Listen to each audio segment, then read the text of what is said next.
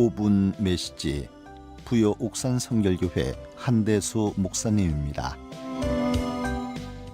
교회의 핵심은 복음과 공동체입니다. 복음으로 하나가 되는 것입니다. 그리고 복음의 핵심은 생명과 제자도입니다. 예수님의 십자가와 부활의 복음을 믿어 영원한 생명을 얻습니다. 지금부터 영원까지 영생을 누리면서 예수님 다시 오실 때까지 복음에 합당한 삶을 사는 것, 하나님 사랑과 이웃 사랑을 적극적으로 실천하는 것, 이것이 예수님의 제자가 가야 할 길입니다. 마가복음 3장 13절에서 예수님은 자신이 원하시는 사람들을 부르십니다. 예수님의 제자는 자기가 원하는 사람이 되는 것이 아니고 예수님이 원하시는 사람이 되는 것입니다. 예수님처럼 생각하고 예수님처럼 말하고 예수님처럼 행동하는 사람입니다. 예수님의 모범을 따르는 사람이 예수님의 제자입니다. 오늘 본문에서 예수님은 제자들이 따라가야 할 모범을 보여주십니다. 십자가에 달리셨을 때 비웃음과 조롱을 당하면서도 용서와 구원의 사명을 감당하셨습니다. 해골이라 하는 곳 골고다는 예수님이 못 박히신 곳입니다. 죄 없으신 예수님이 우리 죄를 대신 지고 십자가에 못 박히셨습니다. 영혼 구원을 위한 희생입니다. 죄 없이 사형을 당하니 억울할 만하지 않습니까? 그런데 예수님께는 분노나 저주와 같은 감정이 없습니다. 오히려 첫 마디가 용서입니다. 아버지, 저들을 용서해 주세요. 여수 애양원 손양원 목사님이 여순 반란 사건 때 공산주의자에게 두 아들을 잃었습니다. 그런데 자신의 두 아들을 죽인 사람을 양자로 삼으려고 했습니다. 그때 손 목사님의 딸이 강하게 반대했다고 합니다. 목사님은 딸에게 이런 취지의 말씀을 하셨습니다.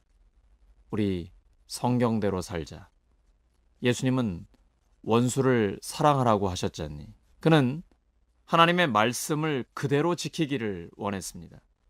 정말로 두 아들을 죽인 사람을 양자로 삼아 양육했고 그는 성장하여 목사가 되었습니다.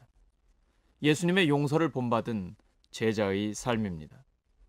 우리가 실제로 이런 용서의 삶을 살기는 너무나 어렵습니다. 때로는 보고 싶지 않은 사람, 생각하기도 싫은 사람이 있을 수 있습니다. 그렇게 용서가 어려울 때 솔직하게 기도부터 시작해야 합니다. 하나님, 저는 용서를 못하겠어요. 용서할 수 있는 마음을 주세요. 그러면 하나님은 기도하는 사람의 마음을 변화시켜 주십니다. 신기하게도 용서할 수 있는 마음을 주십니다. 마음을 부드럽게 해주십니다. 용서하면 누가 가장 좋을까요? 용서하는 사람 자신입니다. 마음에 평화가 임하고 하나님의 은혜가 넘칩니다. 신앙생활은 관계 회복입니다. 하나님과 나, 이웃과 나, 환경과 나와의 관계 회복입니다. 예수님은 십자가에 못 박히신 전날 밤부터 채찍에 맞고 이미 피를 많이 흘리셨습니다. 그런데 그런 고난의 상황에서 예수님의 첫 마디는 용서입니다. 이것이 바로 예수님의 제한 없는 용서입니다. 그런데 예수님을 십자가에 못 박은 사람들은 예수님을 전혀 신경 쓰지 않습니다. 예수님의 옷을 나누어 제비 뽑게 하고 있습니다. 관리들, 적대자들은 비웃습니다. 자기나 구원하라지. 군인들은 조롱합니다. 너나 구원해보아라. 너나 잘해라는 말이죠. 그러나 예수님은 전혀 흔들리지 않으십니다. 끝까지 용서와 구원의 사명을 감당하셨습니다. 예수님의 제자들인 우리도 어떤 비웃음과 조롱이 있다 할지라도 흔들림 없이 용서와 영혼 구원의 사명을 감당하기를 소망합니다.